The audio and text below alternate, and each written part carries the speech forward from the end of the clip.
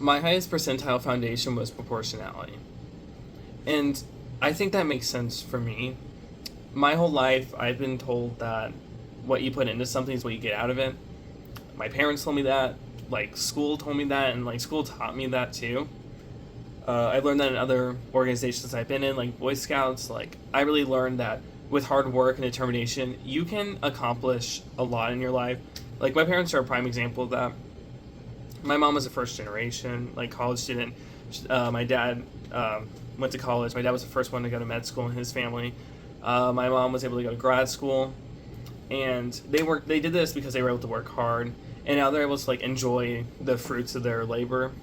And they're kind of a role model for me. I really realized how important education was and how much effort you have to put into it. But putting this effort into your education in return will get you, like, a respectable like an outcome that you wanted. And in school, I really learned this. I worked really hard in high school and college. I got 4.0 in high school. I have a 4.0 after my first year. I worked hard in Boy Scouts. I got my Eagle Scout. And also, this, like, is really important to me because I really think people have agency in their own life, and I think proportionality really teaches, like, really enshrines that concept that, like, your actions and your choices lead to your, like, what's happening in your life and your outcome. And I understand it's much more nuanced than that, and that, like, there's factors outside of your control that also lead to that. And in fact, that's kind of and I learned that because of what happened in my freshman year of high school.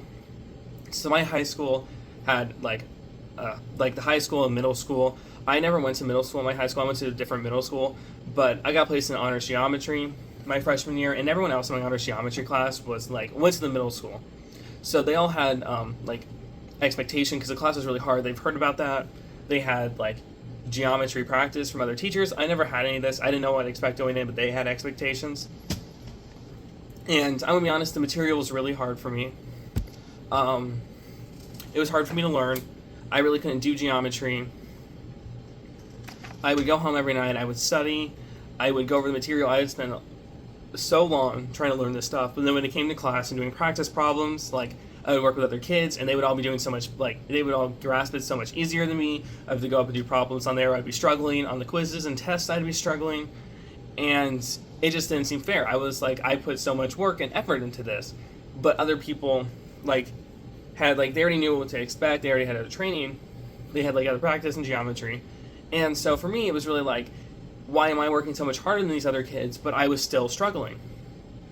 And I kind of, part of me now looking back kind of realizes that, hey, they probably were working hard too. Like, I know they didn't think it was easy class by any means. Like, I remember talking to them, they didn't think it.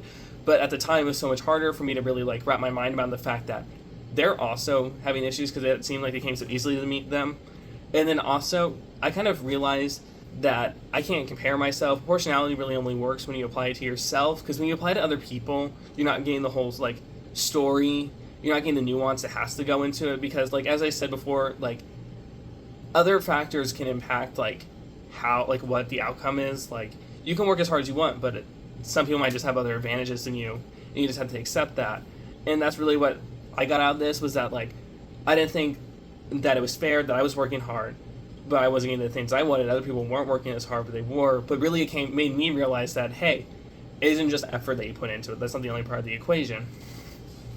And what I think would be really lost if people didn't have proportionality as a moral foundation would be, like, the sense of drive. Like, I almost lost the sense of drive there when I was thinking proportionality didn't work.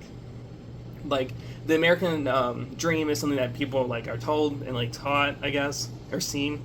Like, oh, you see all these stories of, like, my parents were immigrants to America, and now I'm a lawyer or I'm a doctor or whatever. And if you didn't have, like, the proportionality, if people didn't think that their choices, they didn't have agency, was true, then I feel like a lot less people would actually be willing to work hard in life or really want to apply themselves, because what they put in, they're not getting equal, like, compensation back. And in fact, like, and also at the same time, people might think the world would be a lot less fair because people who don't put in much work or people who do negative things aren't getting punished. And I really feel like the proportionality is what enshrines in people the idea of, like, fairness and the determination to work hard. And if that was, and proportionality was gone, then I feel like those things would be too. And I feel like a lot of the advancements we have would not be here today.